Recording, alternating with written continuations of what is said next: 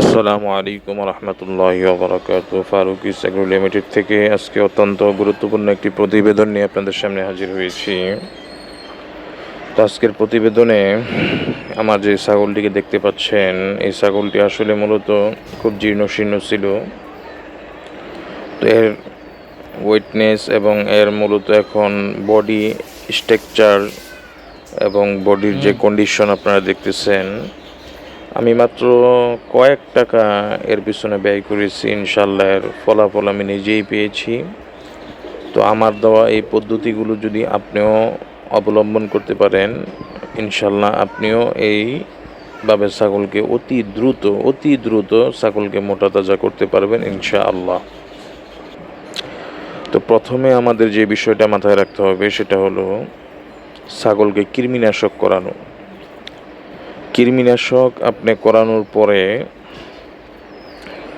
যখন আপনি ছাগলকে কৃমিনাশক করাবেন, সকালবেলা ছাগলকে খালি পেটে ওয়েদারটা একটু ঠান্ডা রেখে, যদি ওয়েদারটা ঠান্ডা থাকে সেই অবস্থায় আপনি কৃমিনাশক করিয়ে ছাগলটাকে আপনি 1-1.5 ঘন্টা না খাইয়ে রাখবেন।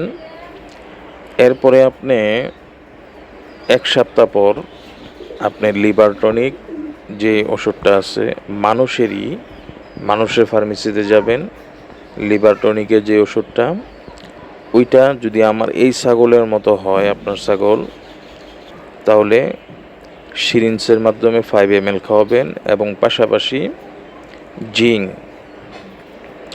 জিঙ্কটাও আমাদের ওই ছোটো বাচ্চাদেরকে যেটা দেয় ডাক্তার মানুষের, সেই জিঙ্কটা আপনি নেবেন। এই জিঙ্কটা নিয়ে আপনি 5 ml করে খাওয়াবেন।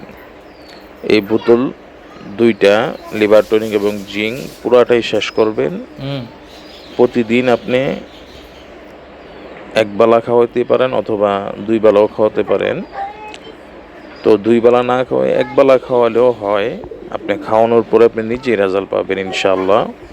আপনি দেখবেন যে আপনার ছাগলের রুচি ইনশাআল্লাহ অনেক গুণে বেড়ে গেছে। তখন আপনি ছাগলকে ছাগলের যে খাদ্যগুলো আছে এগুলো যদি ছাগলকে দেন, সেক্ষেত্রে ছাগল আপনার খুব ভালো খাবে এবং সেটা তার শরীরে প্রপার লাগবে।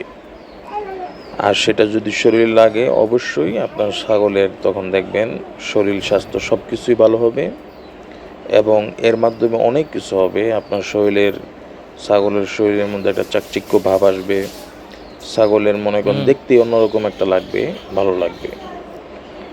তো এইভাবে আপনি আপনার ছাগলকে যদি অল্প কয়েক টাকা, 100 টাকার মধ্যে এগুলো আশা করি কাভার হয়ে যাবে। 100 টাকার মধ্যেই এগুলো হয়ে যাবে। 100 টাকা ব্যয় করে আপনি যদি আপনার ছাগলটাকে মোটা তাজা করতে চান, তো এই পদ্ধতি অবলম্বন করে আপনি চেষ্টা করুন, ইনশাআল্লাহ আপনি সফল হবেন।